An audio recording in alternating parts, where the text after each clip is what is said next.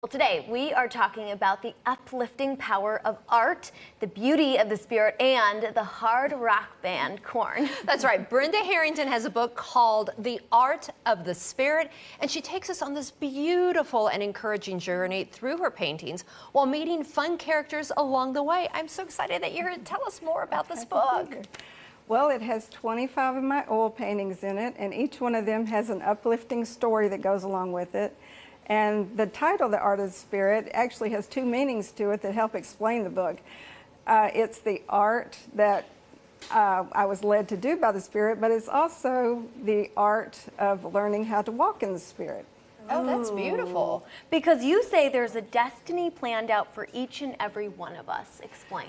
I believe God has a plan for every person, a destiny that you might not be able to see at the moment. And the way to find that destiny is to get to know Him through the Spirit. I'll tell you, I have flipped through the book. I am so impressed. Beautiful, beautiful interpretations that you've done. How did you get interested in painting? Well, I grew up loving art, and I painted as a child. I even studied commercial art in college. But when I was in college, all of the emphasis was on abstract art. At that time, that's what was popular. And I liked realism, but anything to do with realism was considered to be uncreative. So I came away from college feeling like I wasn't creative enough to be an artist.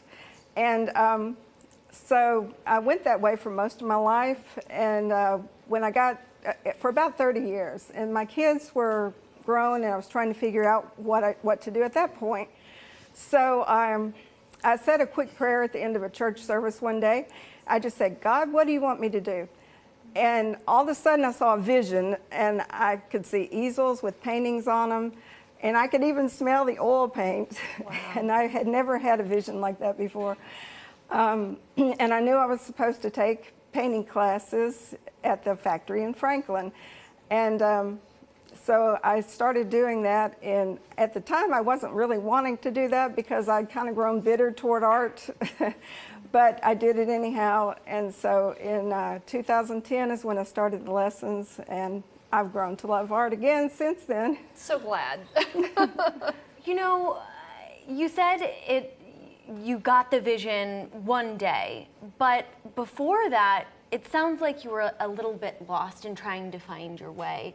What would you say to those people out there who kind of had the same narrative in their own minds? I'm not good enough, I'm not creative enough to follow their dreams.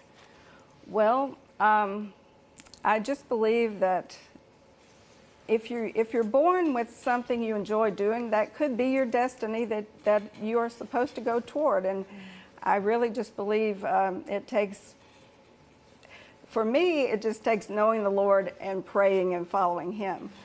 But that's how I would guide people if I were advising them, because I believe that everyone does have a destiny and a purpose. So you got a little God wink, and now people need to pay attention to their God winks. Right, yeah. So tell me, I mean, I flipped through the book, so enjoyed it, and you've got a beautiful one of her paintings. Yeah.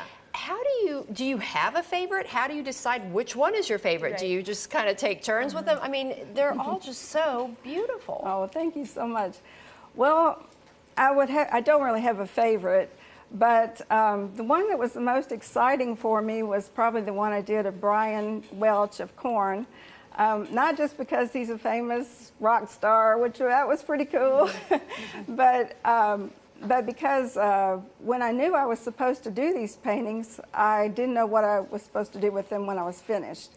So I had gone down front to be prayed for at a church service, and the woman that I spoke with said she was given a revelation, and she said, don't worry about it. It's going to be you can't judge a book by its cover sort of situation. And so I went for years not knowing what that was going to mean. And then in the meantime, I had friends who were friends with Brian, and I had the idea of painting him with a halo over his head. And then I was driving down the road one day, and it came to me, that's it. That's the you can't judge a book by its cover, because Brian is such a nice, humble man of God. And here it is. There he is. But he doesn't necessarily look the way people think Christians look. So I knew at that moment that he had something to do with they can't judge a book by its cover. Yeah. And after I met him, though, I knew why, because he's just one of the nicest people I've ever met. And I was able to put his story in the book of being back on the road with corn, and he's seen some amazing things since he's been back. I bet. Incredible. Well, art is so healing, and your work really and truly brings tears to my eyes, and I get chills. So thank you so much for joining us and sharing this with the world. Check out her book and follow her journey online. Visit BrendaHarrington.com.